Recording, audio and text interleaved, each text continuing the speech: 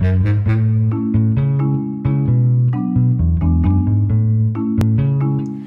Moms, Assalamualaikum warahmatullahi wabarakatuh. Selamat sore Moms. Kembali lagi live Instagram Trend Baby Indonesia. Hadir menemani Anda sambil kita juga akan belajar, mencari ilmu, dan mendapatkan banyak informasi dari para expert kita. Hari ini kita akan membahas soal keuangan yuk. Dan yang akan kita bahas hari ini adalah bagaimana caranya mengatur keuangan secara syariah. Kita akan berbincang-bincang bersama dengan Prita Gozi, CEO and Principal Consultant dari Zap Finance. Moms, kalau punya pertanyaan boleh langsung ditanyakan, nanti akan dijawab oleh Prita Gozi ya. Prita di sini, nanti apapun pertanyaannya, apalagi berkenaan dengan mengatur keuangan secara syariah, akan dijawab oleh Prita Gozi ya. Hai Prita, apa kabar? Baik, kedengaran suaraku dengan jelas? Udah ada jelas, kita udah lama banget gak ketemu ya Prita ya. Hari ini kita ngobrol-ngobrol lagi melalui virtual, nggak apa-apa ya Prita ya? Nggak apa-apa dong. Prita, hari ini kita akan membahas tentang bagaimana caranya mengatur keuangan secara syariah. Karena ini tentunya harus kita pelajari juga. Karena mungkin banyak dari para orang tua, moms and dads, yang ingin mulai menjalankan atau mengatur pola keuangannya secara syariah. Tapi mungkin yang basic yang harus kita ketahui dulu adalah apa sih perbedaan antara cara menyusun perencanaan keuangan secara syariah dengan perencanaan keuangan secara konvensional yang mungkin selama ini banyak dikenal oleh moms and dads ya. Oke, terima kasih Angie. Jadi untuk semua moms and dads, prinsipnya adalah kalau kita mulai ingin merencanakan keuangan secara syariah, pasti basisnya itu memang mengikuti ada beberapa aturan-aturan dalam agama Islam. Apa tuh contohnya? Misalnya pembayaran zakat gitu ya. Pembayaran zakat itu kan memang sudah diatur di dalam agama Islam. Kemudian yang kedua itu dalam prioritas tujuan keuangannya. Jadi misalnya kalau di agama Islam itu tuh ada tuh prioritas-prioritasnya. Jadi apa duluan sih, kan misalnya uang kita terbatas, sebenarnya mana duluan sih, apa naik haji dulu, apa punya rumah dulu, yang kayak gitu-gitu deh, gitu kan. Gitu kan. Nah, itu perbedaan yang paling mendasar, dan yang pastinya adalah produknya yang dipakai gitu. Jadi kalau memang kita mau menerapkan keuangan juga secara syariah, juga biasanya sih produk-produk yang dipakai itu, produk keuangannya, pilihannya itu memang kita sudah mulai menginginkan yang tidak melanggar prinsip syariah. Nah, aku sih sebenarnya pengen cuma bilang gini aja, Angie. Maksudnya bahwa namanya merencanakan keuangan secara syariah itu sebenarnya bukan cuman untuk umat Islam, karena itu sebenarnya bukan urusannya dengan agama gitu ya, tetapi itu adalah suatu hal yang very universal gitu. Jadi if you think that teman-teman juga misalnya merasa, oh aku kayaknya lebih kepengen menyusunnya dengan cara-cara yang lebih tertata seperti itu juga nggak ada masalah gitu, karena ini bukan kayak istilahnya orang muslim sholat gitu, bukan gitu, tetapi ini memang merencanakan keuangan secara syariah gitu. Jadi sebenarnya siapapun untuk non muslim pun juga bisa mengatur keuangan secara syariah, apalagi kalau dirasa cocok ini pola atau mengatur cara keuangan dengan cara syariah ini ya Prita ya. Ini menarik banget nih. Nah, bedanya tadi dengan yang konvensional tuh kan mulai dari adalah dari mungkin penempatannya. Lalu kan juga tadi Prita juga sempat bilang bahwa yang diutamakan adalah yang membayar zakat dulu kan. Nah, saat melakukan perencanaan keuangan secara syariah, apakah alokasi dana yang wajib dipenuhi? Tadi pertama Prita juga bilang zakat, ya kan? Betul. Jadi gini, teman-teman, kalau zakat itu kan hanya berlaku untuk umat muslim. Jadi pastinya kalau misalnya teman-teman muslim ya tidak bayar zakat. Terus yang kedua, zakat pun itu hanya berlaku untuk orang yang memang penghasilannya sudah mencapai angka tertentu. Jadi kalau dia belum mencapai, jadi kalau dia belum mencapai angkanya setara 80 gram emas. Jadi misalnya 80 gram emas kan sekarang tuh 80 juta. Kalau penghasilan dia setahun itu tidak sampai 80 juta, sebenarnya dia belum wajib bayar zakat. Oke, ya betul. Oke. Gitu. Jadi ada aturannya di situ. Nah, itu berarti kalau kita nih sudah punya penghasilan lebih dari 80 juta rupiah dalam 1 tahun, maka kita wajib teman-teman untuk mengeluarkan 2,5% dari apapun yang kita hasilkan. Selain daripada itu, sebenarnya adalah dari harta yang kita miliki. Jadi orang tuh berpikir, oh zakat tuh cuma dibayar dari gaji. Enggak. Jadi misalnya nih, aku punya emas, aku punya saham, aku punya punya apa ini itu. Nah itu selama Mm, 1 tahun mm, tuh aku mm, mesti mm, mm. hitung apa aja nih yang aku Mm-mm. punya. Terus udah gitu aku harus hitung kalau memang nilainya di atas 80 juta rupiah, maka aku harus mengeluarkan Membayar zakatnya zakat juga. ya. Nah itu yang harus, Ya, betul, ya. itu alokasi pertama harus keluar. Kemudian yang kedua, di dalam keuangan syariah itu sangat-sangat memperhatikan kita tuh berjaga-jaga, Ji, untuk masa yang Mm, mm, sebenarnya kita nggak bisa duga. Sebenarnya teman-teman mm-mm. tuh juga udah mungkin mulai melakukan itu ya. Ingatlah dana darurat Ah, dan proteksi betul. asuransi. Benar nggak Betul, betul. sih? Dan Jadi bisa dibilang sebenarnya sekarang kita lagi masuki masa yang tidak terduga, ya nggak sih Prita? bener banget. Jadi sebenarnya Mm, kalau mm, mm. tahun-tahun lalu nih udah melakukan perencanaan keuangan secara syariah, sebenarnya harusnya sekarang agak-agak tenang karena udah punya dana darurat Hmm, pasti. Karena kalau betul, dia betul. merencanakan keuangan secara syariah, dia akan menempatkan posisi dana darurat tuh sebagai suatu hal yang cukup penting. Itu bisa dibilang maha Hmm, penting lah. Jadi dia nggak bakal oke. tuh kayak apa sih, oh liburan dulu dana darurat. Enggak. Kalau emang udah mau merencanakan keuangan secara syariah, kita mesti Ah. sadar bahwa there are things beyond our control. Karena there are things Hmm, beyond hmm, our hmm, hmm. control, maka yuk kita siap-siap. Ibaratnya tuh ya belum tentu kejadian sih, tapi kalau sampai kejadian, kita tuh udah aman gitu loh. Kira-kira tuh kayak gitu. Nah, Berarti kemudian ini, alokasi ya, berikutnya, ah, mm-mm, alokasi gak apa-apa, Prit, berikutnya lanjut. adalah membayarkan kewajiban gitu, Ji. Karena Mhm, mhm. kalau di Islam itu orang tuh kalau punya utang ya kudu dibayar, kagak boleh Iya, ngemplang gitu. betul, betul, betul, betul. Iya, iya. Kayaknya semuanya deh Jadi kalau kita berhutang memang harus dibayar ya sebenarnya ya, ya kan? benar, Iya, karena iya, iya, kalau di iya, iya. dalam Islam itu bahkan Mhm. utang itu tuh bisa diwariskan. Masalahnya itu. Betul, betul. Jadi Ya, kalau ya, ya, ya. misalnya keluarga kita, misalnya orang tua kita punya hutang, maka itu sebenarnya Mhm. akan turun kepada anak keturunannya. Jadi itu kenapa Yes. pentingnya kalau misalnya kita memang mengambil pinjaman, kita memiliki hutang kepada siapapun, itu kita wajib Mhm. tuh untuk membayarkan. Baru kemudian kita memprioritaskan hal-hal yang memang kita butuhkan untuk hidup. Nah, itu juga seru nih kalau dalam keuangan syariah itu ada satu kitabnya sebetulnya. Jadi kitab itu Mhm. buku ya, bukan kitab suci gitu, tapi buku. Itu Mhm, namanya mhm, mhm, Maqasid mhm. Asy-Syariah.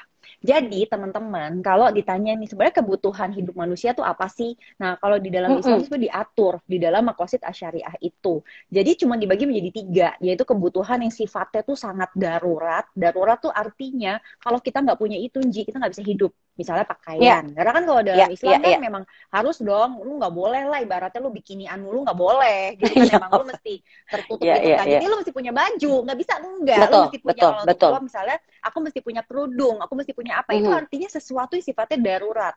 Iya, Kemudian apa namanya, mesti punya rumah tinggal. Kenapa? Karena betul. memang kita harus bisa di rumah tinggal. Kemudian mesti menjaga akal. Kenapa? Karena kalau di Islam itu kalau maaf nih ya, misalnya kita punya gangguan mental, itu sebenarnya kita udah Mhm. nggak wajib apa sembahyang dan lain-lain karena udah sebenarnya nggak nyampe gitu. Jadi memang kita punya kewajiban untuk menjaga Hmm. kesehatan kita. Kira-kira tuh kayak gitu. Mhm, mhm, Jadi itu mhm. hal-hal yang memang harus dipenuhi terlebih dahulu, Tunji. Jadi kalau dibilang Mhm. alokasi pembagiannya gimana, ya itu tadi ya, zakat, sedekah, ingat. Kemudian kedua, teman-teman mesti keluarin untuk masa yang darurat tadi. Terus teman-teman Mhm. mesti keluarin untuk masa kita sekarang hidup dan masa Mhm. depan. Karena kembali lagi di Oke. dalam Islam kan juga diatur bahwa manusia itu umur tuh sesuatu yang sifatnya bukan kendali kita, tapi itu kan Ya, memang ya, ya. kehendak dari Tuhan. Jadi karena kita nggak pernah tahu gitu, ibaratnya kayak Sean Connery kemarin tutup usia di umur 90-an, Ji, gitu 90, kan. iya, iya, heeh. Gitu. Jadi kan Mhm, mhm. kudu tuh kita mesti punya aset untuk bisa menutup hidup Ya, kita ya, sampai ya kita berpulang gitu. ya. Ini ada pertanyaan menarik dari 3R_NHA. Nah, kalau untuk pasangan baru, kalau Oke. berbicara soal prioritas ya Prita ya, kita Mm-mm. sebaiknya Mm-mm. punya anak dulu apa punya rumah dulu? Oke, itu menarik banget. Jadi ini Iya. sebenarnya ada beberapa dasarnya ya. Jadi beberapa dasarnya tuh gini, bahwa Mm-mm. memang kalau di dalam syariah itu pada saat kita sudah berani untuk menikah, maka memang kita harus berani untuk memiliki keturunan.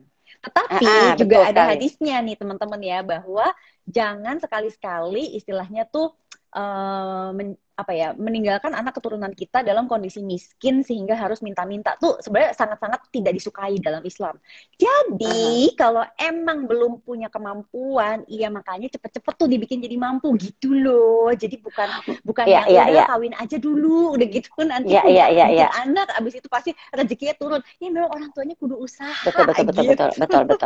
Makanya saya selalu ingat biasanya juga dalam cara mengatur keuangan itu tuh penting sekali adalah dilakukan semudah mungkin.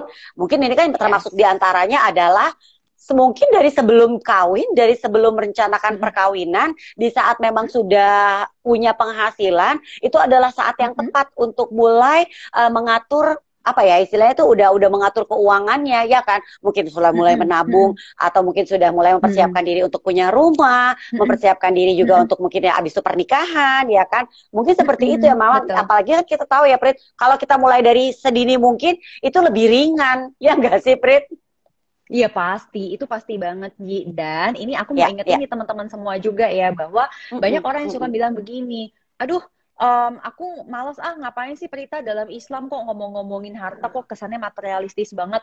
Sebanyak orang bilang, kan harta nggak dibawa mati. Nah, aku ingin mengingatkan, kalau di dalam keuangan syariah itu, betul, manusia itu memang, umat Islam kan pulang tidak membawa harta ya.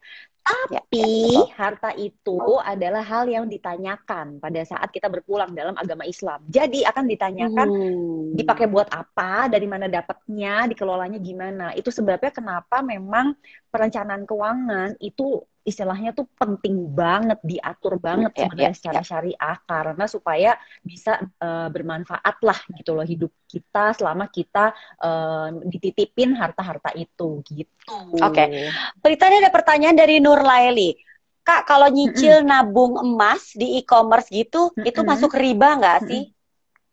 Oke, aku ngerti. Jadi gini, prinsipnya adalah yang namanya kita menabung emas tuh sebetulnya tidak ada masalah. Kenapa? Karena sebenarnya itu prinsipnya emasnya ada, tetapi kita membelinya itu perlahan-lahan. Oke, dan kalau konsep menabung itu, dia tuh tidak ada biaya tambahannya loh teman-teman. Kenapa? Karena nabungnya memang sesuai dengan kemampuan kita. Jadi tidak ada kalau teman-teman bilang riba, riba itu adalah tambahan. Riba itu adalah tambahan yang tidak diperkenankan. Jadi itu tidak ada. Jadi kalau kita nabung aja. Teman-teman nabungnya 50.000 ya 50.000. Teman-teman nabung 100.000 ya 100.000. Nah, pada saat dia nanti dicetak menjadi emas, itu pastinya ada ongkos. Ya wajar. Kenapa? Karena namanya juga kita mau pegang fisiknya. Pastinya kalau kita mau pegang fisik emas, itu ada biayanya tuh teman-teman. Mana ada ya, itu yang tadinya emas, kan tahu kan emas tadi kayak apa, terus tiba-tiba jadi cakep gitu kan ya. Iya, betul. Gitu, itu kan ada biayanya Kak, gitu. Jadi itu bukan riba, itu adalah biaya mencetak emasnya. Nah, jadi teman-teman, itu kira-kira jawabannya ya. Nah, kalau yang kedua, yang teman-teman perlu pahami bahwa kita sudah ada Majelis Ulama Indonesia, dan kalau misalnya memang sudah diberikan bahwa ini memang tidak melanggar prinsip syariah, ya terserah teman-teman mau percaya atau tidak gitu. Oke, Prita, kita harus belajar juga nih berarti ya, apa aja produk-produk keuangan yang berbasis syariah dan seperti apa sistemnya. Ini buat moms nih penting untuk jadi catatan, apalagi baru buat moms yang baru mau memulai mengatur keuangan secara syariah nih. Jadi kalau sekarang kita ngomongin nih ke dalam produk keuangannya, prinsipnya kalau berdasarkan syariah itu tidak boleh melanggar 3 hal. 3 halnya tuh apa nih? Yang pertama, dia tuh tidak boleh ada tambahan yang tidak diperkenankan. Nah, orang tuh banyak bilangnya tuh riba tuh bunga bank. Sebenarnya tidak sesederhana itu, gitu. Tidak sesederhana itu. Tapi kalau itu kita bahas tuh udah kayak itu ilmu fikih. Aku nggak mau bahas di forum ini. Tapi prinsipnya adalah itu tambahan yang tidak diperkenankan. Oke. Nah, yang kedua, ini teman-teman juga mesti ngerti ada prinsip yang mesti kita jauhin juga, namanya prinsip goror. Goror tuh apa sih? Goror tuh sebenarnya kayak kalau aku ngebahasa ini ya, mungkin kalau buat Angie tuh membeli kucing dalam karung, Ji. Jadi aku bilang gini, Ji, beli nih, Ji, gitu kan. gitu ya. Tapi Terus kita nggak berapa tahu apa apaan tuh? gitu di dalamnya Kucing, ya. tapi nggak Ya, tahu ya, ya, apaan ya, ya. gitu kan. Jadi kayak Ya, ya, ya. kayak Oke, samar-samar oke. gitu loh. Atau misalnya kayak ikan di dalam akuarium.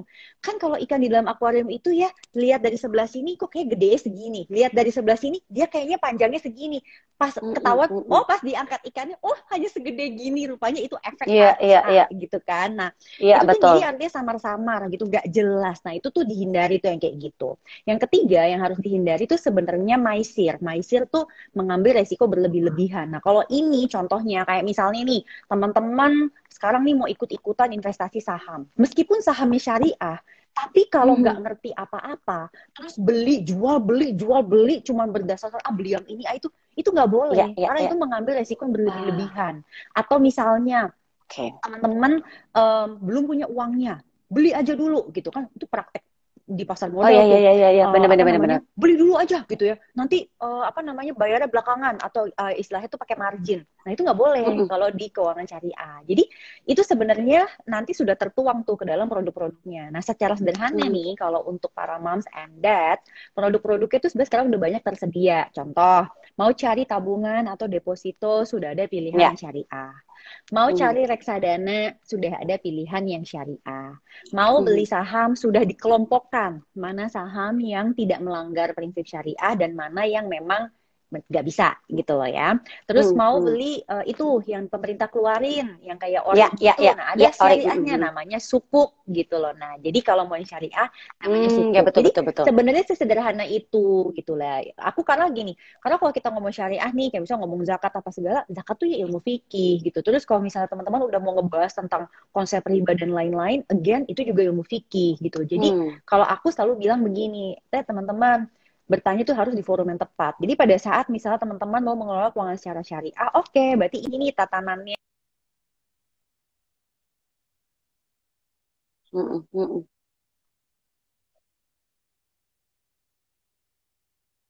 Mhm.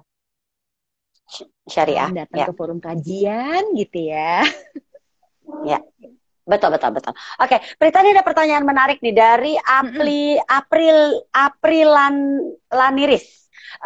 Kalau untuk biaya haji, baiknya cara menabungnya seperti apa ya, Kak Prita?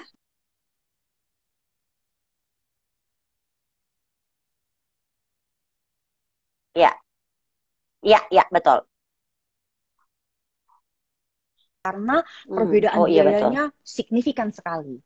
Kalau kita berbicara ONH biasa, itu total sampai lunas itu kira-kira sekitar ya 35-40 juta rupiah tergantung berapa harga yang pemerintah tetapkan di tahun tersebut. Mhm. Sedangkan kalau untuk yang ONH plus itu minimal saja sudah $9.000 KKNG Oke, gitu. oke. Jadi udah Iya, beda iya, benar, benar, benar. banget gitu kan ya. Iya, iya. Nah, sekarang kalau misalnya teman-teman nih, apa namanya, teman-teman misalnya mau, oke, aku mau yang pakai ONH biasa, yang dikejar Mhm. sebetulnya adalah pendaftarannya dulu. Karena kalau tidak punya pendaftaran, maka teman-teman makin lama kesempatan untuk dapat kuota untuk haji. Pendaftarannya itu 25 juta rupiah. Jadi, kalau Mhm. memang udah kepingin banget niat buat haji, saran aku kejar yang 25 jutanya. Terserah, Oke, mau taruh di tabungan boleh, di emas boleh, reksadana yang syariah juga boleh. Terserah aja, yang penting kejar yang 25 juta, segera daftar hajinya. oke, oke. Pertanyaan berikutnya dari Wieta. Wieta bilang gini, apakah sistem dropship dalam berniaga bertentangan dengan hukum syariah? Oke, dropship itu kan yang apa sih namanya, kayak orang jadi ini ya, jadi kayak apa, dititipin barang gitu kan, segala macam ini itu. Nah Mm-mm. sebenarnya itu Mm-mm. perdebatan Tunji. Ada yang bilang itu nggak Hmm, oke, apa-apa, oke. ada yang bilang itu tidak boleh. Kenapa? Karena dia narifin itunya, si tambahan fee-nya Ya, ya, ya, itu ya, gitu. ya, Tapi ya, ya. sebenarnya nanti kalau mau bahas lagi nih lebih lanjut dengan di kajian-kajian, itu ada sebenarnya akad-akadnya. Jadi nanti tergantung akadnya seperti apa, karena kan sangat wajar ya dalam berniaga, dalam berjual beli itu memang diperbolehkan gitu loh. Jual beli itu kan harus untung. Tapi sekarang mungkin yang jadi perdebatan sebenarnya si dropshipper ini bagian dari jual beli apa tidak, karena ada orang yang Ya, ya. berpendapat ini kan udah akadnya harganya segini, kenapa giliran lewat dropship mesti nambah lagi, yang kayak gitu-gitulah gitu. Oke, oke. Prita, ada yang nanya soal asuransi syariah. Ada yang bertanya Mm-mm. dari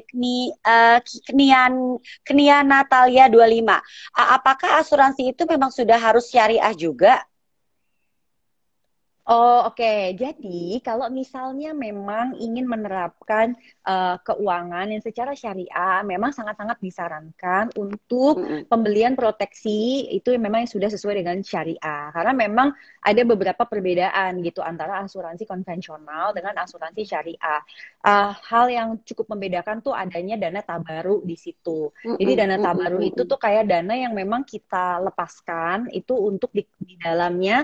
Nanti itulah sebenarnya dana yang akan digunakan untuk kalau ada klaim dan lain-lain.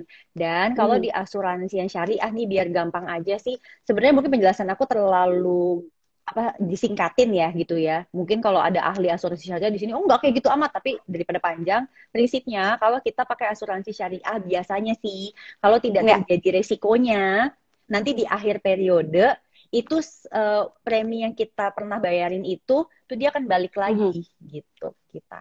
Oke, oke, oke. Nah, pertanyaan berikutnya adalah, oke, dari Renipus 30. Kalau ingin punya Mm-mm. rumah atau mobil, tapi tidak riba, gimana dong ya caranya kalau nabung lebih baik uang atau emas jadinya? Oke, jadi ini yang tadi Prita tadi bilang lagi ya, bahwa memang bunyinya itu adalah ke bank itu riba, padahal kita juga sudah ada opsi yaitu pembiayaan secara syariah. Dan pembiayaan secara Ya. syariah itu akadnya kan beda-beda ya. Salah satunya adalah akad jual beli. Nah, kalau jual beli itu Mm-mm. kan diperbolehkan di dalam syariah Islam. Jadi saran aku secara apa ya istilah secara sederhananya aja nih, kalau memang mau untuk mencari pembiayaan yang sesuai dengan syariah, silahkan datang ke bank Ya. syariah favorit teman-teman. Oke, oke. Berikutnya adalah ini menarik sekali dari Evi underscore Mm-mm. Junia Stuti. Mbak Prita, Mm-mm. investasi syariah apa yang pas di masa pandemi seperti ini? Karena kan tadi kita juga sempat Nah, berbicara di awal bahwa kita tuh sebenarnya sekarang tuh bisa masuk kategori di masa yang tidak terduga. Ya nggak sih, kita mengalami mm-mm. pandemi ini kan kita tahu banyak sekali dari moms dan juga dads yang kehilangan penghasilan atau paling tidak penghasilan jadinya berkurang, ya kan? Banyak perubahan Mm-mm. yang bisa dibilang perubahannya cukup signifikan dalam kehidupan kita di masa pandemi ini. Nah, kalau untuk investasi syariah yang pas untuk masa sekarang ini apa ya, Brit? Yes, jadi di masa pandemi ini kan banyak orang yang ragu-ragu nih dalam menginvestasikan dananya. Sebetulnya Mm-mm. kalau aku selalu bilang begini, misalnya teman-teman dana daruratnya sudah lengkap, sudah cukup Iya. gitu ya. Kemudian teman-teman juga sudah mampu menata dalam arti pinjamannya tuh tidak berlebihan atau bahkan sudah tidak ada pinjaman. Sebenarnya berinvestasi dalam bentuk saham tuh boleh banget. Apalagi kalau sahamnya itu Mhm, mhm, diniatkan untuk mhm. baru dipakai mungkin 15 atau 20 tahun lagi, kira-kira seperti itu. Nah, sekarang Oke, oke. gimana opsi kalau misalnya kita hanya mau menggunakan uangnya dalam jangka yang menengah. Menengah itu berarti Ya. sekitar 2 tahun atau 3 tahun, Mhm, kira-kira mhm. seperti itu. Nah, salah satu opsi yang sangat menarik dan pemerintah kita tuh sedang gencar banget untuk mengeluarkannya namanya surat berharga negara retail. Opsi yang Ya, ya, ya, ya, ya, syariahnya ya, ya. namanya sukuk retail Ya, dan ya. sukuk tabungan. Jadi aku kasih tahu ini ada dua, sukuk retail Mhm. dan sukuk tabungan. Sukuk Nah, tabungan. Mhm. dua-dua ini sesuai dengan syariah dan sangat aman. Kenapa? Karena pokoknya, pokok tuh berarti uang yang kita taruh, itu artinya tuh pokok. Dan kupon tuh apa? Pengembalian dari pemerintah, itu dua-duanya dijamin oleh undang-undang, Ji. Jadi karena dijamin oleh undang-undang, Hmm. maka kalau aku bilang itu ya aman banget di masa pandemi seperti ini. Dan Oke, teman-teman mesti oke. tahu sekarang nih lagi masa penawaran sukuk tabungan dari pemerintah Iya, iya. kita. Jadi silakan dimanfaatkan. Betul, betul, betul, betul sekali.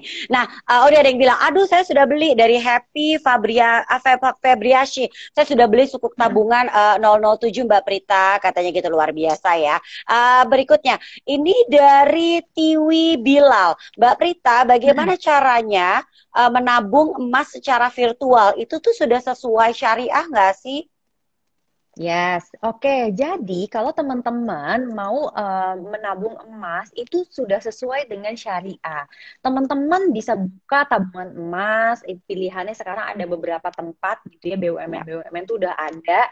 Nah itu teman-teman it's okay. Yang jangan itu sebenarnya adalah trading emas secara dalam derivatif. Nah itu yang sebetulnya kalau Oke. nggak ngerti itu jadinya jadi yang tadi tuh yang Prita bilang kayak teman-teman tuh kayak ngambil resiko berlebih-lebihan yang kayak mais yang Ya, ya, tadi ya. itu. Nah, itu no no no gitu ya. Atau misalnya apa ya istilahnya tuh kayak teman-teman tuh kayak jadi kayak judi gitu. Nah, itu yang tidak. Tetapi kalau Mm-mm, nabung mm-mm, emas biasa mah ya nggak masalah gitu ya, mhm. nggak ada apa-apa, nggak kenapa-napa karena emasnya juga ada gitu di balik si tabungan itu. Oke, Prita, ini karena kita hari ini berbicara, kita kan sebenarnya konsepnya adalah belajar. Ini kan juga mengenalkan Mm-mm, kepada para moms juga yang mungkin baru mau memulai mm-mm, mengatur keuangan secara syariah. Dari tadi kita bolak-balik mm-mm, menyebut sukuk, banyak sekali pertanyaan, bagaimana cara membeli sukuk sukuk itu katanya sangat, saya soalnya sangat awam. Nah, ini menarik nih. mm-mm. Jadi, teman-teman, untuk membeli sukuk tabungan atau sukuk Mm, retail, silahkan teman-teman datang ke mitra distribusi ya. Jadi mungkin kalau mm. lihat di Instagramnya Z Finance, ini udah banyak banget Oh ya, ya, penjelasannya. ya. Mitra distribusi itu ada banyak ya. Jadi nanti teman-teman bisa lihat bank-bank mana saja yang memang menjual sukuk dan juga sekuritas. Sekuritas itu bukan maksudnya security company ya, Ya, ya, bukan ya, gitu ya, ya. ya, Tetapi ya. sekuritas itu kalau misalnya teman-teman mau berinvestasi di pasar modal dan Ya. juga fintech juga sudah ada beberapa yang memang menjadi mitra distribusi untuk sukuk tabungan dan sukuk retail. Caranya, oke, Mhm. pertama harus punya NPWP. Kalau nggak punya NPWP nggak bisa. So sorry, makanya Harus harus taat punya pajak NPWP. ya.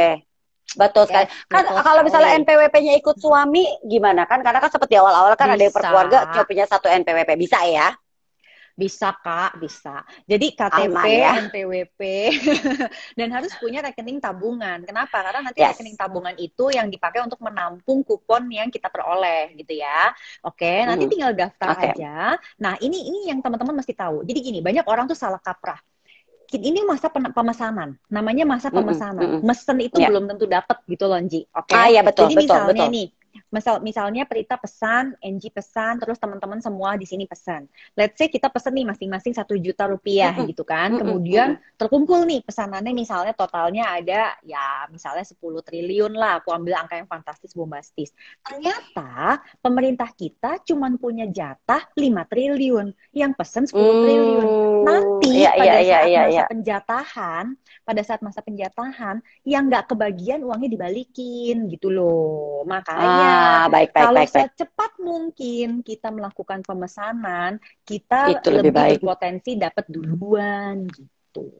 Oke, nah ini tadi kita juga bolak-balik, Prita juga sudah mention tentang cashback, tadi voucher. Ini kalau ada yang bertanya Mm-mm, dari Aprilia Aniris, kalau misalnya mm-mm, beli ST007 yang sedang ditawarkan nih ya sekarang ini, terus mm-mm. udah gitu masukin kode voucher cashback gitu, sebenarnya boleh nggak sih? Hukum cashback itu sendiri seperti apa? Nah, itu memang perdebatan juga tuh NG gitu. Jadi, Ya, ya, ya. ini perdebatannya tuh macam-macam. Ada yang bilang cashback itu berarti itu selama ini ada tambahan yang tidak diperkenankan gitu. Mm-mm. Makanya terus Ya, muncullah ya, ya. cashback. Jadi bisa dibalikin lagi. Tapi kalau misalnya itu adalah biaya marketing, kan berbeda dong konsepnya. Karena kan kalau Oke. cashback atau voucher itu keluarnya dari biaya marketing secara akuntansinya juga berbeda gitu loh. Jadi Mhm, dalam mhm. hal ini memang terus terang banyak sekali perdebatan. Terus banyak juga yang bilang misalnya kayak undian tuh juga katanya nggak boleh gitu karena Mhm, mhm. apa sih namanya tidak sesuai dan lain-lain. Nah ini karena perdebatan seperti Ya. ini aku juga pusing karena ada yang bilang boleh, ada yang Mhm. bilang enggak gitu kan ya.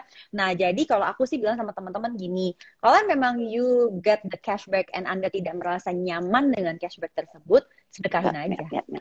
Ya, betul sekali. Nah, ini ada pertanyaan dari Dara FNN. Sore, Kak. Kak, jadi kelompok atau faktor-faktor dalam mengatur keuangan secara syariah itu apa saja sih? Apa ada prosentasenya untuk tiap kelompok perencanaan, seperti besaran cicilan, asuransi, investasi, dari gaji? Ah, ini menarik pertanyaannya.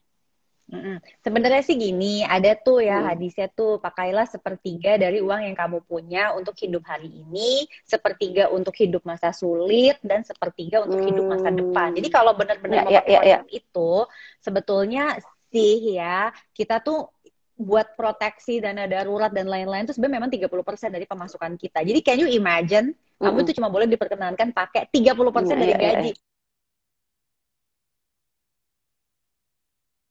Iya, ini bahkan 30%, sanggup nggak gitu kan kira-kira gitu. Jadi ya memang istilahnya, dan setelah itu kan kita juga tetap tidak boleh berkecil hati ya, karena gini, kayak misalnya dalam Islam pun orang bilang oh naik haji itu harus dimampuin, tapi kalau emang kita belum mampu ya jangan berkecil hati gitu loh. Tapi yang dibalik adalah kalau sebenarnya udah mampu ya harus dikerjain gitu loh sebenarnya.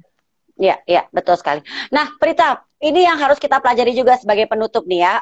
Kita juga ingin tahu, kalau ingin menyiapkan dana darurat, tadi kan mungkin sepertiga untuk masa yang tidak terduga.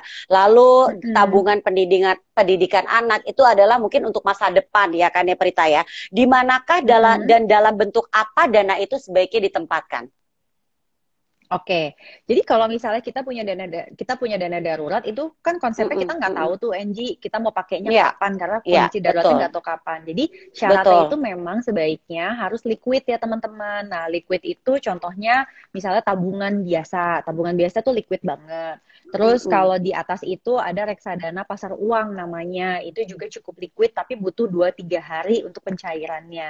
Emas sebenarnya liquid. Tapi kendalanya di emas itu kan dia juga bisa turun nilainya. Jadi tetap utamanya sih kalau bisa kita pakainya tabungan biasa aja.